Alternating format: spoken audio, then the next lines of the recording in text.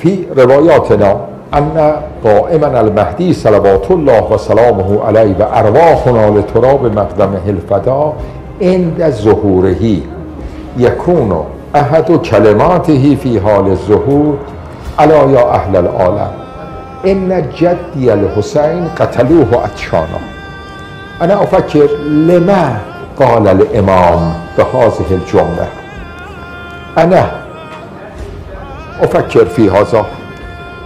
يحتمل أن يكون المراد من هذه الجملة أن جميع أهل العالم يعرفون الإمام الحسين بن علي، وكان قائم الحجة إنما يعرف نفسه بالانتساب إليه، يعني إن الحسين الذي تعرفونه إن هذا الحسين أنا بلده، أن هذا الحسين الذي قتلوه مظلوما وعطشانا أنا بلده.